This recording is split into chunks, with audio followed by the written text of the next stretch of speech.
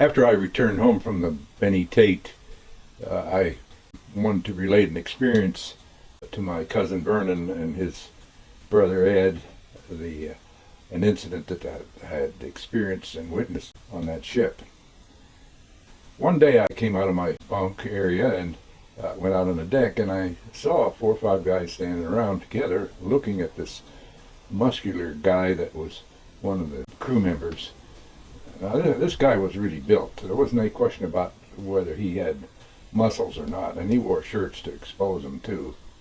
And they were all looking at him, and I saw him, his fingers clasped together, squeezing palms of his hands together. I could see the muscles in his arms bulging, and I couldn't figure out what he was doing, so I walked over where I could see, and I could see that he had just a chicken egg between his palms of his hands, and he was trying to squash it.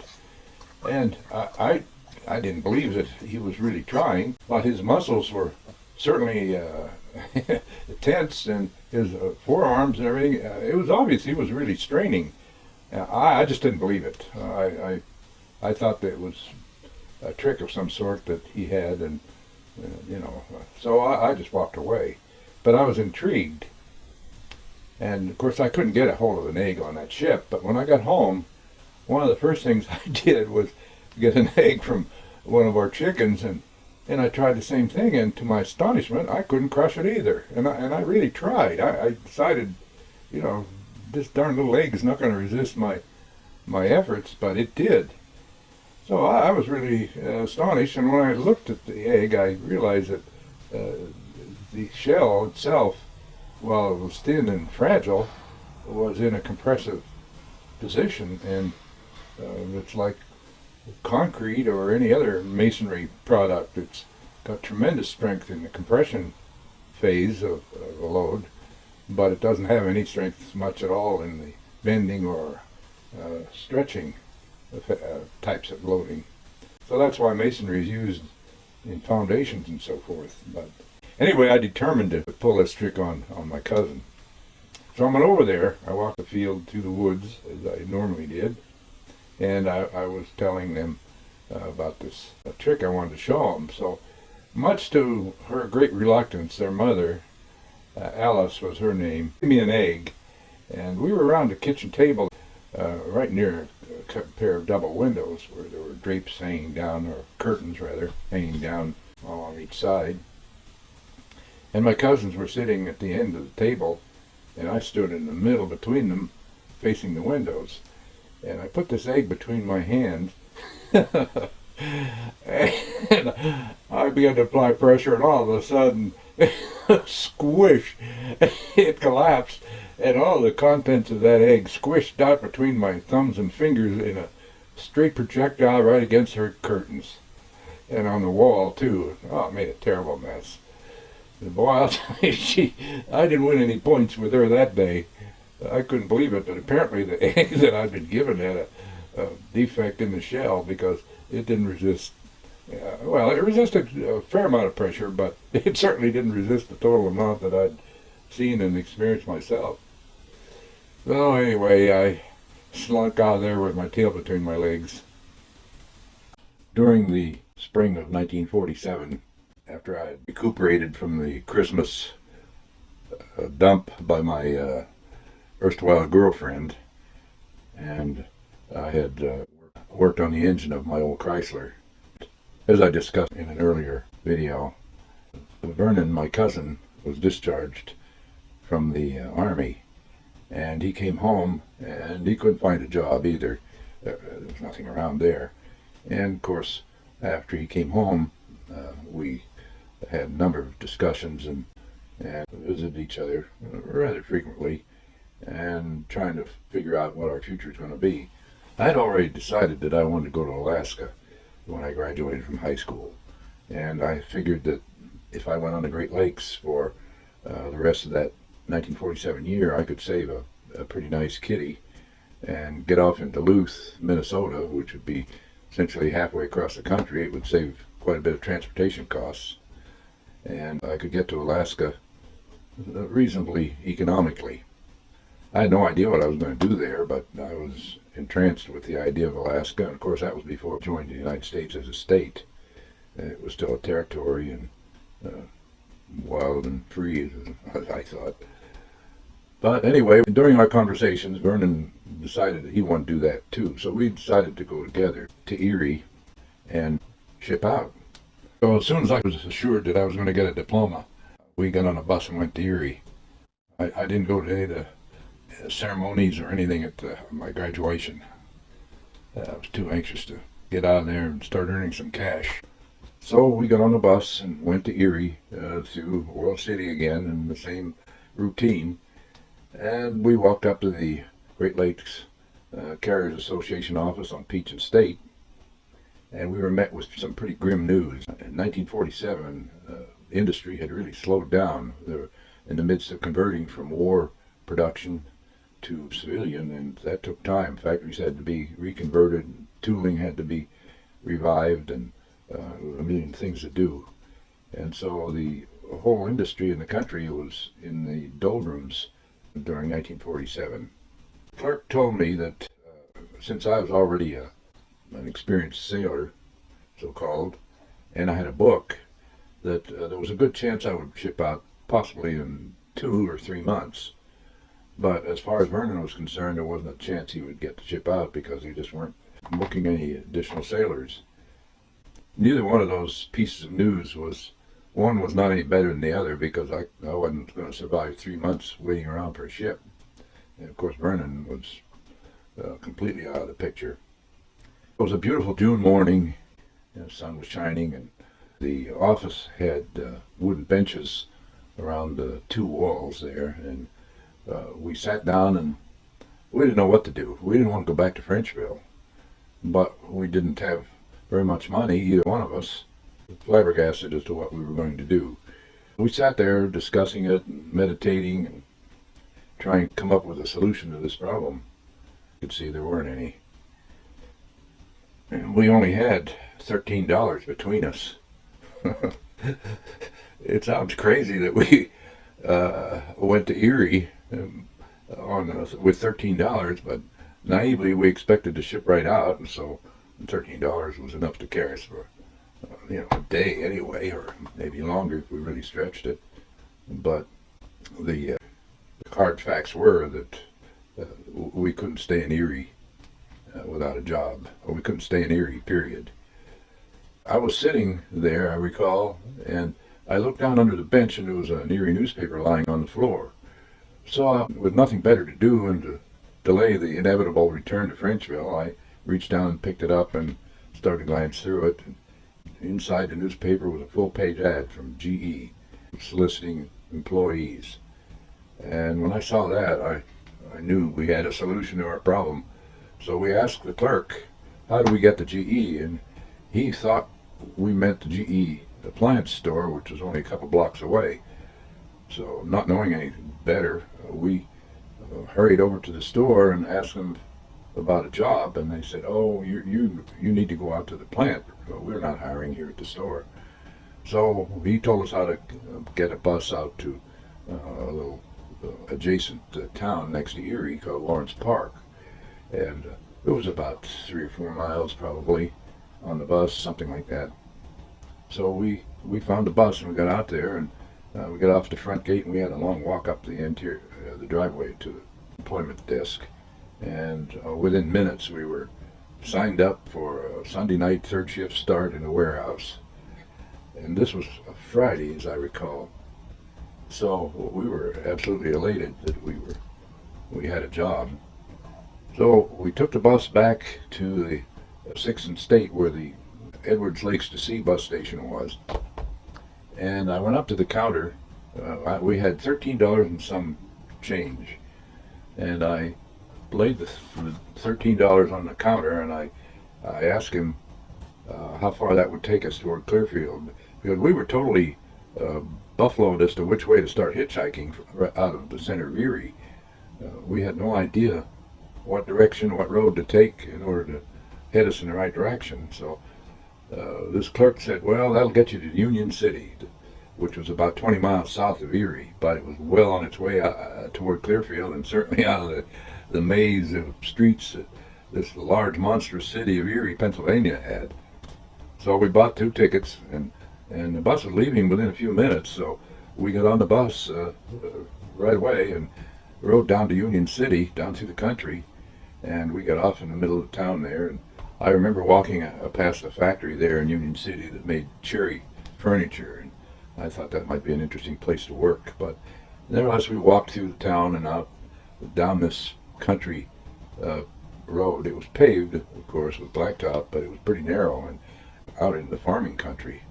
And we walked and walked, and it was pretty hot. The sun got pretty hot, and we hadn't had anything to eat or drink, actually. And we walked several miles, and every car we saw, which was few, we held out our thumbs and tried to hitchhike.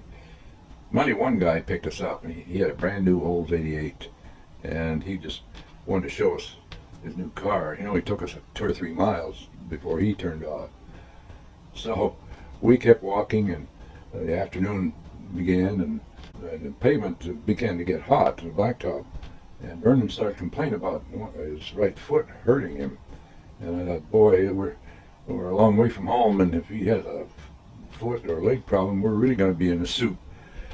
We came to a little cement bridge and a railing on it and shade. So we sat down, and he looked at the bottom of his foot, and you could see the skin through the sole of his shoe. And so he took his shoe off, and of course his sock had worn through, and the bottom of his foot was black from the asphalt. But the bare skin of his foot was touching the asphalt every time he put his foot down.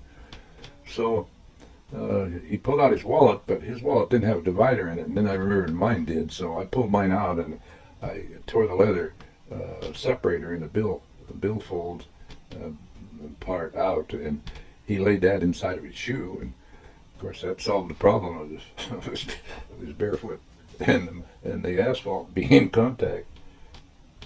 So we kept walking, and we were pretty thirsty and tired. Obviously, we hadn't had much sleep the night before in that Oil City bus station. That was for sure. But we kept going, and the afternoon passed, and it began to get dark. Of course, it was in the summertime, so darkness didn't come till 9 o'clock maybe, or 8:30, something like that. Anyway, it began to get dark, and we decided that we were both too tired to keep going. So about a mile ahead or so, we saw this woods lining the road. The fields were generally clear and farmed all along this path that we'd walked, and this was the first decent patch of woods we'd seen. So we decided that just one thing to do, and that was to go into the woods out of sight and sleep in the woods. So we decided that's what we were going to do. And as we approached the woods, I could hear a truck coming off in the distance, and I could see his headlights. So we decided give it one more try. And we stood out along the road there with our thumbs out, and wouldn't you know it, the truck stopped. And we couldn't believe it, that he did that. And so he said, "Where are you going?" And I said, "Clearfield." And he says, "Well, I'm going through there." He said, "Get in here. I'll take you right there." Oh, we couldn't believe our luck. So we got a little snoozing during the next hours of driving. So around midnight, we got into Clearfield. Clearfield and Oil City both have the same ironclad rule that at dusk the sidewalks are rolled up and put in safekeeping, and the town is abandoned to all human existence. At least that's the way it seems. When we got off of that truck at the stoplight there in the center of town, we looked around, and it was total desolation. And we had 17 more miles to go down the river road, which I knew from past experience was it would take another star in the east to get a ride. So we stood on a corner there trying to decide what to do. We were so close and yet so far away. And we didn't stand there very long, and I heard this car come screeching around the corner there, right in the heart of town. And I could see that the driver was a cousin. Tom Ruggie was his name. He was a little older, and he had his dad's brand new twin ignition 1947 Nash. And boy, he had his window down, and I gave out a holler. "Hey, Tom," So he spiked it, and I said, "We need a ride down to Frenchville." He said, "Hop in." So we got in that car, and I'll tell you, he kept it floored the whole distance. It was a hair-raising ride, but Well, he delivered us down to Frenchville in record time. I later drove that route many times, and I measured the distance that we walked that day, and it was right at 25 miles. So we were blessed with that connection, that's for sure. So the next day, I had my old Chrysler, and Vernon had a 41 Chevy. His car was in pretty good shape, but mine was, well, it ran. So we got our rags together and loaded up our cars, and we decided to leave Sunday morning after Mass, which would make it about 11:30 or so. So after Mass, we both each grabbed a bite to eat at our houses, and he came over to my house, and we left together. And he was driving ahead, and I was trying to follow him, but his car was much more efficient and fast than mine, and it soon became obvious that he got weary of running at 55 or 60 miles an hour. So he said, I'm just going to go on ahead to meet at the bus station in Erie, because we both knew where that could be found, although we had no idea how to get there once we got to Erie, but obviously it wasn't difficult to get in directions. So I drove at my sweet spot speed, and he went on ahead. Well, on the way there, I needed to get some gasoline. I was about halfway to Erie, and I stopped, and as I was filling the tank, I noticed there was a wet spot on the dirt underneath my car. So I looked under, and sure enough, the gas tank was leaking. It had a hole right in the bottom of it. It wasn't a very large hole, but too much. And I had been a little surprised that I needed gasoline that soon, but and nevertheless, I found out why. So I went in the gas station, and most of the gas stations were closed on Sundays in those days. I was fortunate to find one open. And of course, the clerk didn't have any idea, but somebody was standing there, and they said, well, one time I had that problem. I used chewing gum and fixed it temporarily that way. So I bought a package of chewing gum and chewed it up good and smeared it in and made sure it went up through the hole. And it did a good job. It didn't leak. I drove half an hour or so and stopped and looked at it, and it was dry under there. So I made it to Erie all right, and I drove it for a week or so, maybe longer after that, before I could find a place to get it. I had to take the tank off and take it into this shop and get the hole soldered. When we met at the bus station in Erie, we had to find a place to stay. So we got a newspaper and found the listing for boarding houses. We got a city map, and then we began to drive around to look at the various places and find out what their prices were. We looked at two places. One was too expensive. It was $20 a week. The second one we found was a house with this widow woman. She was older, and we would be the only boarders she had, and she only had one bathroom, and she had the spare bedroom where the two of us would stay. The price was right. It was about $17 a week. But she showed us the bathroom, and she said, now you be sure you never leave any jewelry in the bathtub, which meant we had to clean the bathtub when we got done with our baths, which, was not unreasonable, but we decided we didn't like her picky attitude. Her house was immaculate, and everything was in its place, and I knew I wouldn't be comfortable in there, so we decided not to take that place. The third one we went to was also run by a widow, and she had 4 or 5 guys in her house. These were just regular 2-story houses. And this one was on 11th Raspberry, I believe it was. But anyway, we went in there, and she was kind of a heavy-set woman, really energetic, and she took us up to the attic. And it was an unfinished attic with 4 cots on the floor. And the floor was just rough boards. It was pretty primitive, to say the least. And the roof was only not very high above my head, that's for sure. And it was hot up there too. But the price was only $15, and we were able to get meals for 6 days, plus a lunch bag each working day, 5 days. So we took it. And it was getting late in the afternoon too by this time, and we were getting a little desperate to get this thing resolved. So we took it, and we moved in that night. And it was the house was nice enough. The lower 2 floors were fine, and she had a big front porch, which was nice to sit on. But anyway, we started that Sunday night loading refrigerators into boxcars in the warehouse.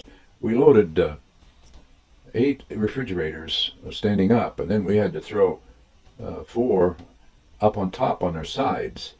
Pretty strenuous physical work, but we got through the night all right. And the next day, of course, we had breakfast there, and she served us some cereal and milk. It wasn't anything exceptional, but it was food. Of course, by this time we were pretty weary, and we slept really well that day, in spite of the warmth up there in that attic. So that went on for perhaps 2 months. We worked that shift, and then we got transferred to second shift, which meant starting in the afternoon. That was a good shift to work because we got plenty of sleep, which suited Vernon more than me. He liked to sleep more than I did, but anyway, it gave us an opportunity to sit out on the front porch too before we went to work. This front porch was a source of amusement for us. There were, in the afternoon, 3 or 4, sometimes 5 guys sitting on the front porch waiting for our afternoon shifts to start. And a few houses down the street was this young girl. I don't know how old she was, probably my age, 17 or 18, something like that. But she was advanced in years as far as experience was concerned. And she would put on her skimpy outfit and troll up and down the sidewalk in front of our house with what she thought probably were enticing glances to some of the fish that were sitting on the porch. But her success was absolute zero. I don't know anybody that took the bait. And our nickname for her was San Quentin Quail. In those days, sexual contact with minors was certainly a prison offense. So we used to have some amusement from that. But it was a really comfortable, shady place to sit and watch traffic go by. So that went on for a couple of months more, and the old woman was pretty cranky.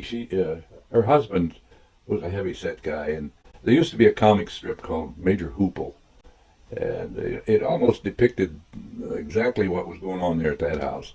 Old Major Hoople would disappear for a period of time, and then come back broke, and he was always full of wind. And her husband did the same thing. He'd come home and ask to be forgiven and all that stuff, and of course she always took him back. And this happened several times in the time that we were there. And, well, it happened twice, actually, while we were there. And then he'd stay for a week or 2 and get sobered up and back in shape, and then he'd take off again. And I know this last time, she took all his clothes and tore them up in pieces and threw them out on the street. I think he'd probably worn out his welcome that trip. But in any case, she was pretty demanding, and I guess she had to because there were all those guys in there. I guess there were probably 6 of us there living in that house, all ages. There were a couple of older guys in their 50s, but the rest of us were young guys. I'm not necessarily proud of this next little anecdote, but it has its place here, I guess. The landlady would periodically go to a farmer's market out a few miles west of Erie to do her shopping. She didn't have a car, and I'm not sure how she got there before the forthcoming incident happened. But anyway, one day she asked me to take her out there. And I agreed. We got in the car, and I drove her out there, and she did her shopping and came back, and she never said thank you or offered to give me a sandwich or anything. She just ignored me, basically. But, I didn't think anything about it. And then, of course, the next week she asked me to do the same thing. And I did, and the same no thank you or anything. And that went on for maybe 3 or 4 times, and I decided that, I don't. It was about a 10-mile drive, and of course, I was running on fumes as far as money was concerned as it was, and that took a probably the best part of a gallon of gasoline, and I just decided not to do it anymore. But I didn't really know how to say no to her. But of course, part of our trips had also included some criticisms of my driving and that I was going too fast and this type of thing, which I frequently got comments like that from people who knew something about life. But of course, I knew better, and I knew that I wasn't going too fast or driving carelessly or anything like that. But I didn't appreciate those comments either, especially since it was all a freebie from her to her. So I decided to, since she was such a nervous cat riding with me, that maybe that nervousness needed a little stimulation. So this day, sure enough, she asked me to take her out there, and I was headed east on the street, and I'd turn and go west to the place where she wanted to go. So we got in the car, and I decided to make a U-turn right there in the street. And I gunned the old Chrysler, and I had my spinner knob on the steering wheel, and I just cranked the steering wheel as fast as I could and gunned it. And I made the old Chrysler do a pretty snappy turn right there in the middle of the street. And oh boy, that really, I got a lot of comments from that little activity.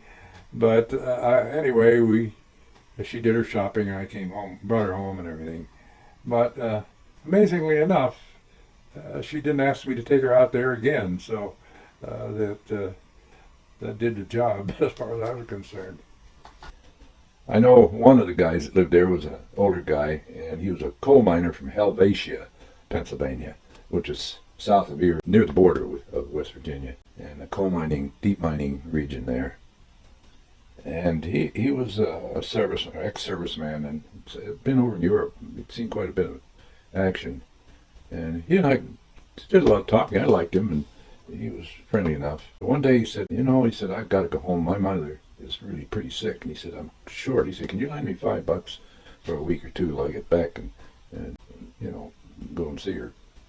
And he didn't have a car, so he had to take a bus. So I loaned him the $5, and of course he never came back. I never saw him again.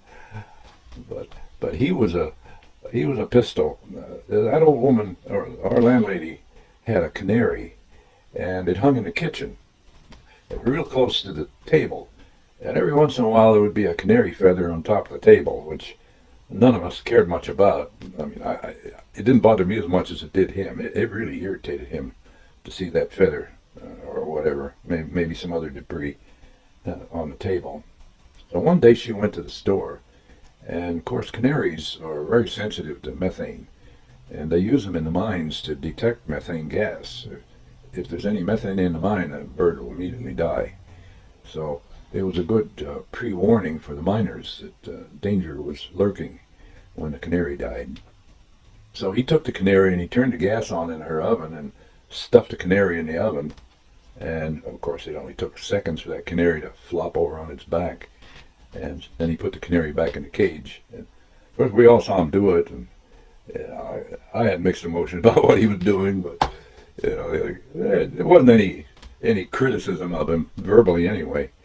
So when she came home, she saw the dead canary there, and she let out a horrible screech. And of course she had no idea what caused its demise. But that was the end of the feathers on the table anyway. She also had a couple of Chihuahua dogs. Those are little skinny dogs that bark incessantly, sharp little barks. And I didn't like those dogs. No, none of the boarders did, that's for sure. But one of them was pregnant, and this pregnant dog came around, this same guy, this miner, and he gave it a good kick, and he kicked it across the room, and it was pitiful the way that dog cried and moaned around, and all of a sudden it started to deliver its babies. Well, maybe an hour later or something, it started delivering several pups, and they were dead. And when she came home, she saw the dead puppies. The dog didn't die, but the puppies did.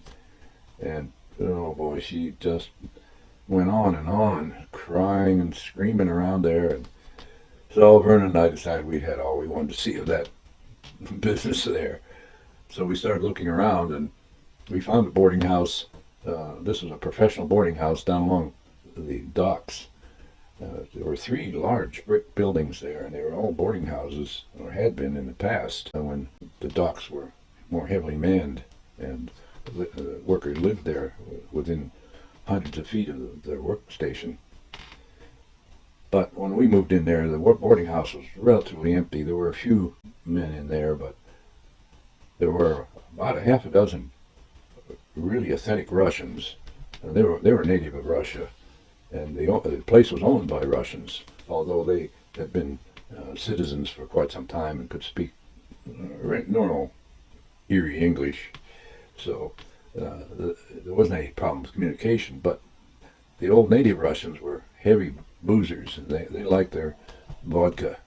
And there was one especially that would get drunk so badly and get the DTs, or delirium tremors. I guess that's the full terminology for DT. But he really went wild, screaming and running and breaking furniture and things. So the two women that ran that boarding house, one was a mother, and well, actually there were three women. There were two daughters and a mother.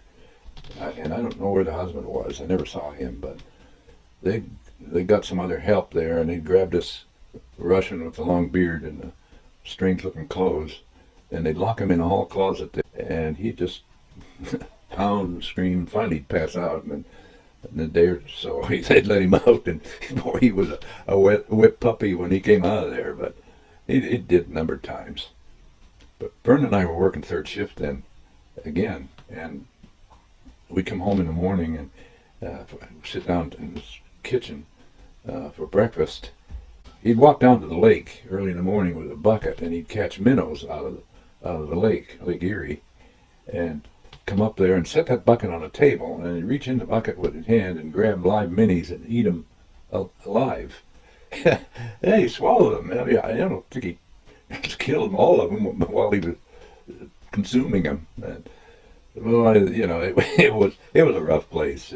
It was a big barny building, and the rooms were large, and there wasn't any decoration on any walls or anything, no drapes. And Vern and I had this room together. And this picture shows one of the few available amusements that we had in our room there. Vernon had an old pistol, and we decided to horse around with it, and I found a piece of black paper and stuck it to the center of my forehead, and I assumed the position on the bed, and Vernon held the pistol in view of the camera. And this is probably pretty typical of the amusements that we had available. Of course, it didn't cost anything. The controlling element of our daily life. The carburetor on my old Ford got dirty or something. Anyway, I decided I needed overhaul, so I took it up to the room and tore it apart, and whatever I did to it. And also, the generator on my old Ford went bad, and I had to put new brushes in it, so I took it up to my room and overhauled it. During this time, Vernon and his brother Ed had been communicating. Ed had been in the service in Europe, come home earlier, and while he was in the service, he met a friend who was from Menasha, Wisconsin. And this friend had a sister. Ed decided he wanted to meet her, so he went from Frenchville up to Menasha and met her and married her up there. Vernon and he had been in contact, and Ed told him that there were jobs there, and why didn't he come up and be with him, his brother. So Vernon decided to go to Wisconsin, and one cold November day, Vernon loaded up his car and left for Wisconsin. I think I'll stop this one here, and we'll go to the next video for more of this fun life that I had in 1947.